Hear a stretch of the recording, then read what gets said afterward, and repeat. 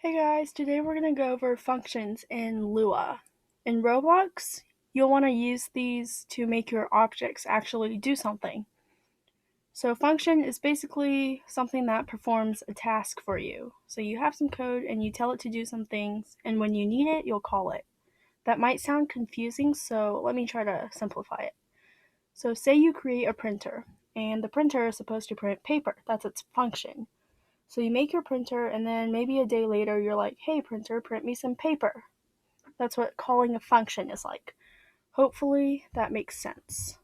Into the code, I'm going to be using the if and else statements we learned last time, so if you need a review on those, go check out my last video on Lua. So here's the basic structure of a function. So you have the word function. So let me type that. Function, and let's call it ABC.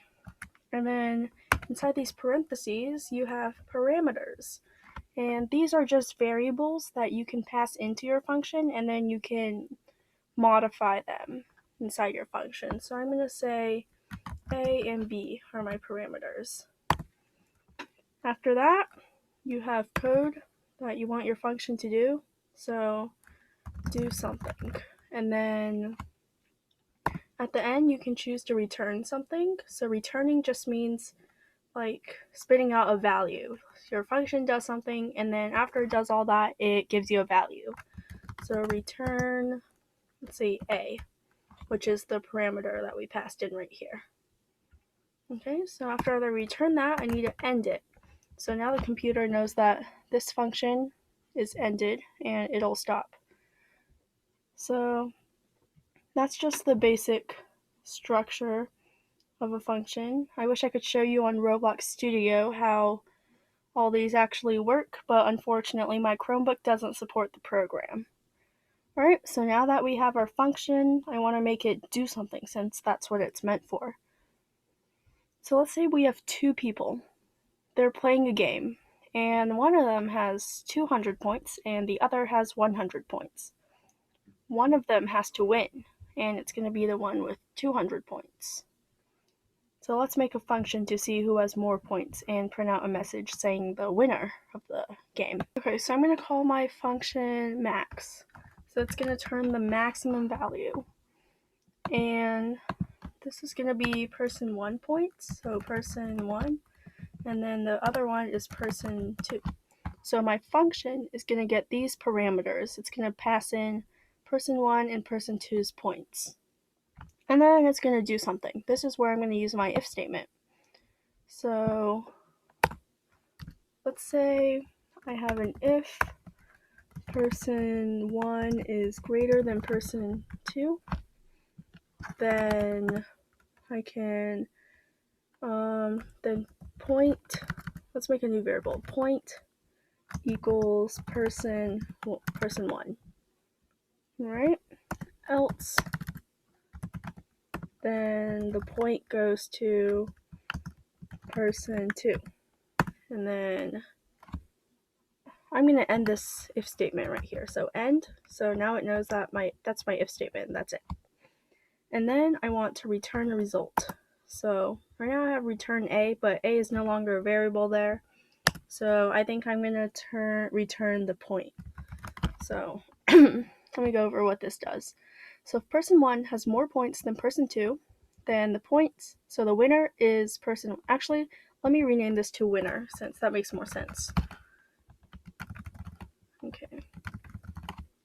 Okay, so the winner is person 1 if person 1 has more points than person 2. Else, the winner would be person 2. And then we end that, and we want to return the winner. So after that, this doesn't print out anything yet, but we can make it print out something to see what our code actually does. So let's say I have person 1.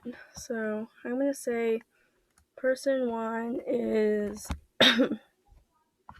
I'm going to say A has 100 points, and then person B has 200 points.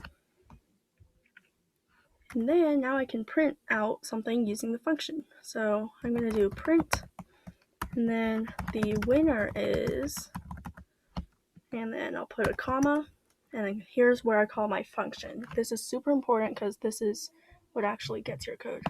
This will print out who the winner is. So I'm going to call max, and then I'm going to put A and B as my parameters. So A is 100, so A equals 100. B is 200. Those are my parameters. I'm going to pass this in. It's going to go up here to this is the actual function, so I'm calling the function. So A is person 1, B is person 2. So the first one, person 1, second one, person 2. And then it's going to compare these two values of A and B, but in the function, it's going to rename them to person 1, person 2. So it's going to say if A, or person 1, is greater than B, or person 2, same thing, then the winner is person 1. So the winner is A. Else, the winner is person 2, so B. And then it'll return the winner, and I'm going to print that out.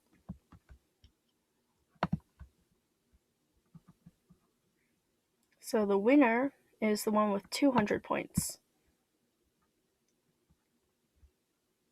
And that sentence doesn't really make sense, so let me change it. The winner has 200 points. Alright, the winner has 200 points. So there we go. That's what a function involves, and I hope this helped. Make sure to go into Roblox, see if you can create an object, and then make your own function. See if you can make your object actually do something, maybe like turn around or change its position or something like that. So yeah, that's all the time we have for today. But yeah, go try it out.